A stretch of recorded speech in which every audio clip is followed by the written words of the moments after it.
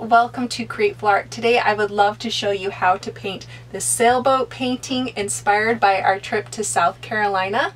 Before we begin, I just want to let you know that this painting took me several hours, over 2 days. So really what I'm going to do is I'm going to show you the basic steps and then the techniques that I'm using in my painting for those steps. Don't worry if it doesn't look exactly the same, and go ahead and change anything that you wish in this painting as you paint along. If you're not going to paint along, that's great too. You're going to learn a lot from watching this video. So thanks for inspiring me to paint this South Carolina, and let's get started. Okay, it is chilly outside, so I am inside today, and I'm grabbing my yellow medium azo ink here and my gesso. And I'm grabbing my cadmium red. This is going to go on my background. Then I like to take my big wash brush. I'm going to put it on here like it's a stain. So it's very thinned. I just have fun in this stuff. I relax. I get paint on the canvas. I don't worry about it looking like anything. Sometimes I put on some music. When I add the gesso on, it just lightens it, makes it a little more opaque. So this is more like a stain and this is more coverage onto the canvas. But see how this makes it slide a little bit better with the gesso and move around? And this one I have to use a lot of paint to get it to have coverage. So I'm just going to work on covering my canvas with these two colors. I'm not going to worry about it being a solid orange color. I'm going to let it have like variations in the colors. So this is super easy step, so I'm just going to show you the next step. So now I'm going to start painting out the composition. I got this round brush here. It's a size 4. And I'm just going to kind of give myself an idea with my gesso here, because there's a lot going on in this painting. There's a lot of boats and stuff. So I just want to have a really light color. The horizon line is pretty much smack dab in the middle with my reference photo here, but I'm going to lift that to about right here. So this is where one of the boats is. I'm just going to mark my spot right there. It's basically just filled in line. And then there's this line going straight up. So there's another boat back here right behind it. You just kind of place down the lines as you see them. Let me get that line in real quick here.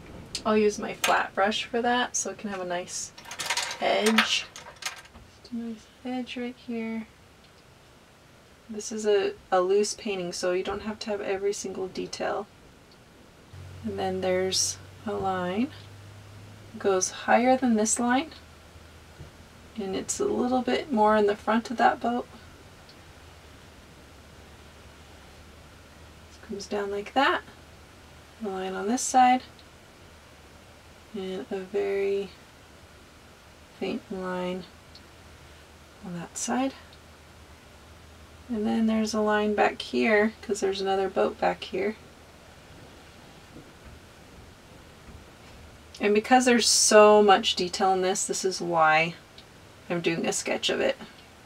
Then there's a whole bunch of other stuff back here. And I'm just going to let that kind of start with some lines.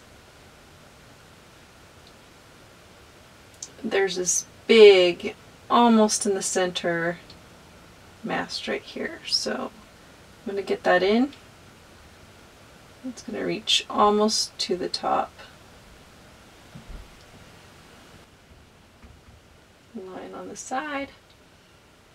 It's a lot harder to do this because I'm not facing the painting. There's a lot of boat stuff back here. Just going to do some lines, crisscross lines. And I'll add more lines and other things later.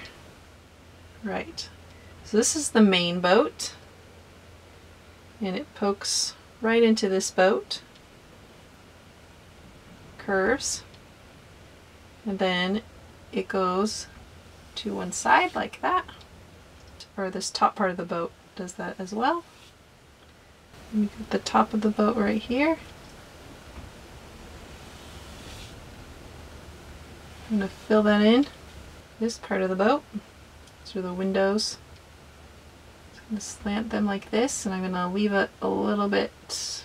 So see how I left some of the orange and I didn't press as hard. So that made it more opaque. Or translucent, I mean.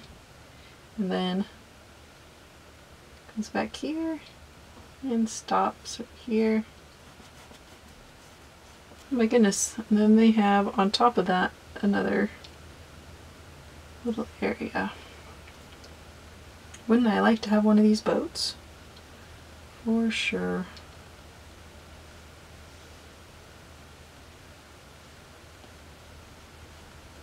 Okay, then we have some lines. This time I'm going to grab a little bit of my black and make a gray, just so I can see them a little bit better. These lines are going under this and straight out.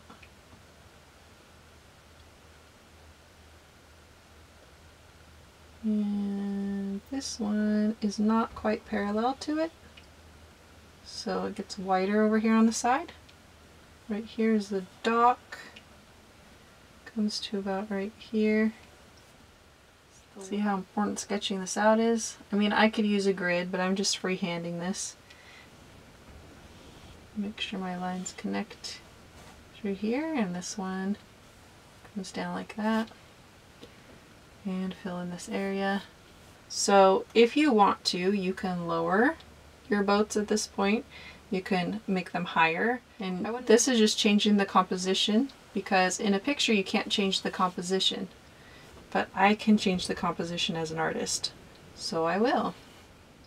Well, this is the under part of the boat, and then the shadow's more of a gray color. And it comes out through here. And notice how I kind of scrub side to side.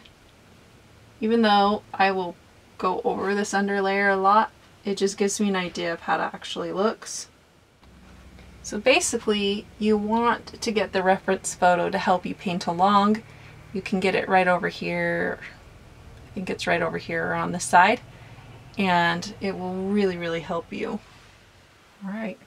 Now it's time to put in the sunset and the water.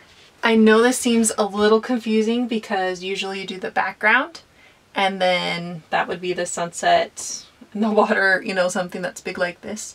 But when composition is really, really important, I like to get it down first and then I just move around and I use glazes or transparent paint to keep some of these lines so I can see it on top. And then it's really super easy to do it that way. So as I'm going to put in the water, I'm going to think about the transparency that I want, okay? So I have this orange, this beautiful orange back here, and I want to see some of that. So instead of using white, like an opaque white, I'm going to use a transparent white and a transparent blue to mix with. So I've got my phthalocyanine blue on my glazing medium. So this should make it nice and transparent. Now I'm just trying to reach that color that I want. Nice and light. And then when I come forward, I'm going to get darker. So I'm going to add a little bit of water. So if I add a little bit more paint to my brush, it gets a little bit more opaque. I'm going to go all the way to the side because if I stop, I get a line or it starts to show too much of that orange. It's not nice and smooth. So see how I make layers depending on how far I want the color to go. And then seeing that orange underneath, it provides the streaks that will be reflection coming off the sky. Now things are going to start getting a little darker, so I'm going to go into my darker blue. And And I'm gonna let it be a little more streaky. So I see how I twisted my brush, boop, like this. That lets it be streaky. And I'm also gonna start, instead of doing side to side and having it be boring, I'm gonna start adding some curvature.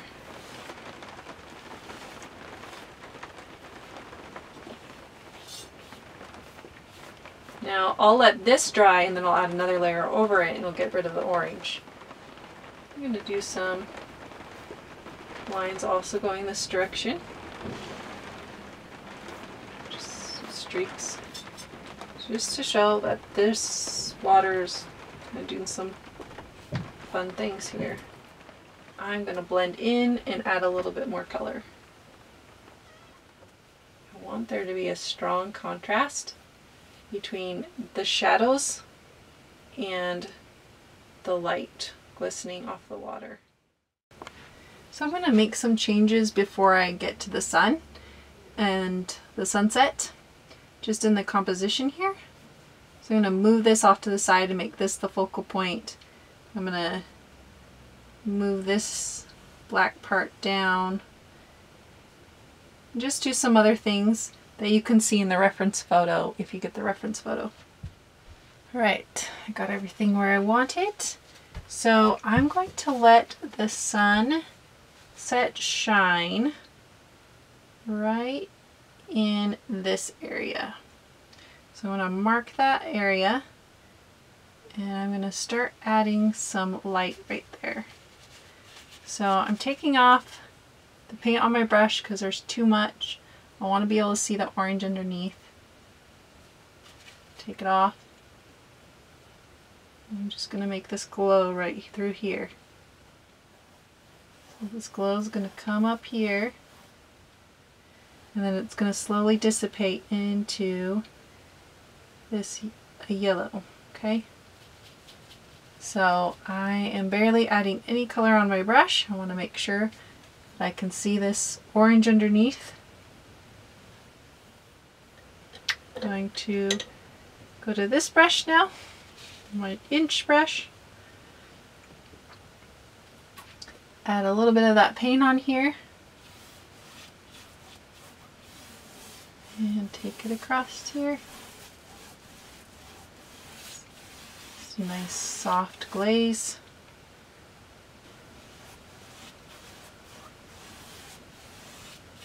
Softening that orange is going to make the orange in areas seem like a brighter orange.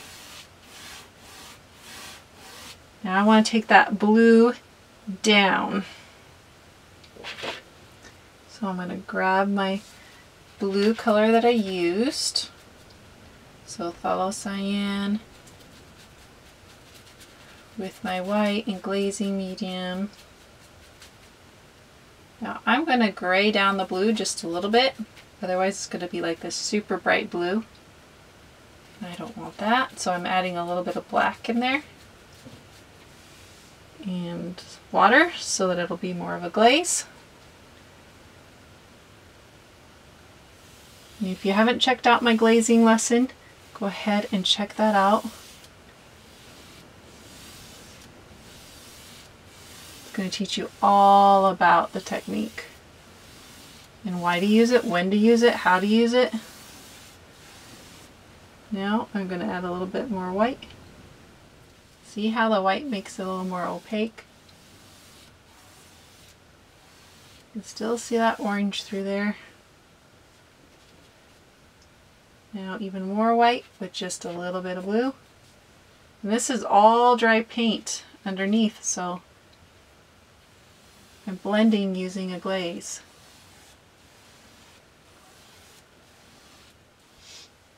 I'm going to make it a little more pronounced through here. There's yellow, just glowing.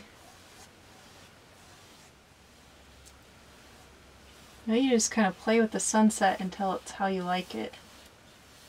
So while that dries, I'm going to get in my second layer of this water.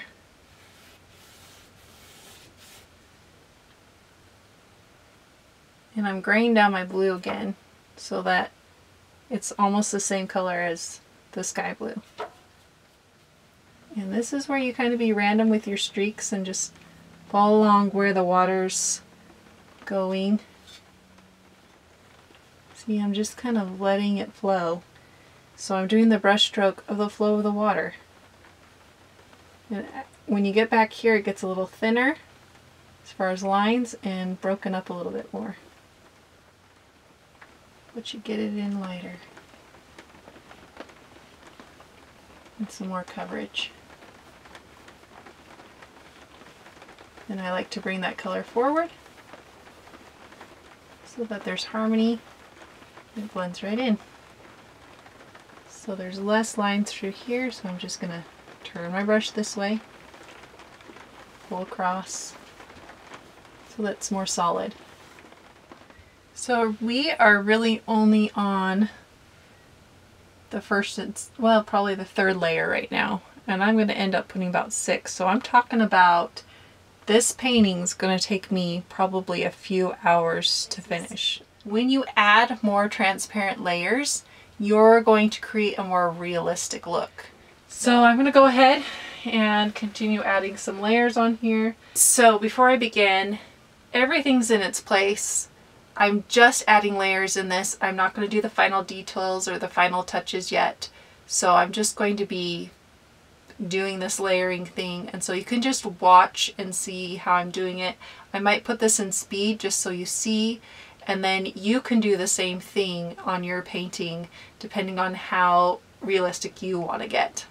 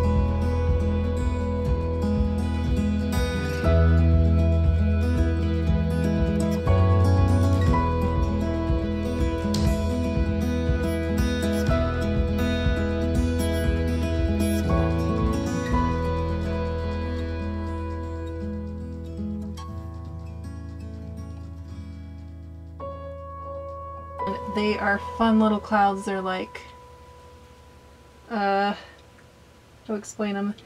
They're angled like this, and they have a texture to them. So I'm going to angle my brush same way. And it angles down and then dissipates.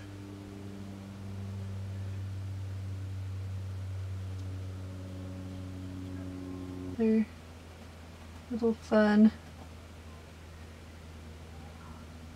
Side cloud.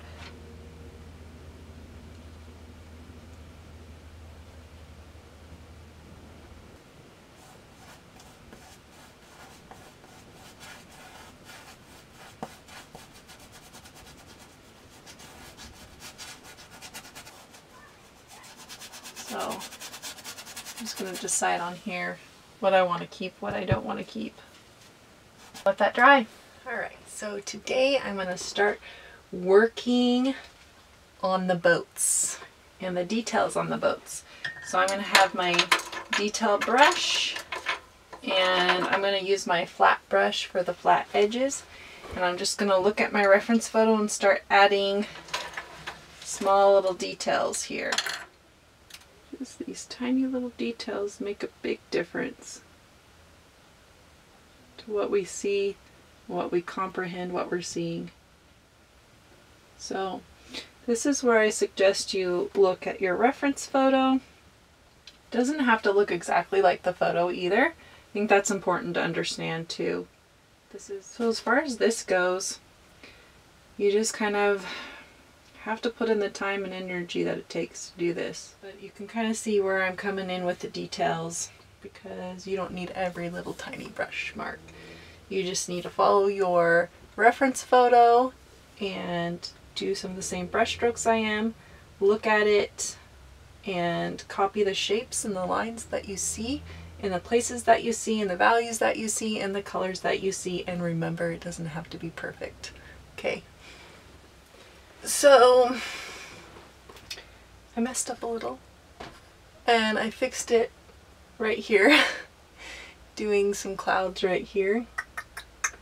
I might have to work on that a little bit, but now I'm to the point where I'm at the final details. I'm going to soften these lines back here. I'm just going to go in and make some changes based on things that I see that bother me. You don't have to do a lot in this step. There's nothing I can do to tell you what to do at this step, because this is stuff that you're going to need to decide what you want to change. So at this point I step back and I really look at what I need to change as far as composition, colors, values. If things stand out to me that seem wrong, it's a great time to take a picture of your art to see how it takes a picture. You know, sometimes we don't see the things that we need to change until we see it in a picture. Thank you so much for watching. I hope you had fun and I hope you learned a lot. If you want to learn more, go ahead and sign up for weekly art lessons. They're going to help you become a better artist. And thank you to all my members who helped make this video possible. Bye!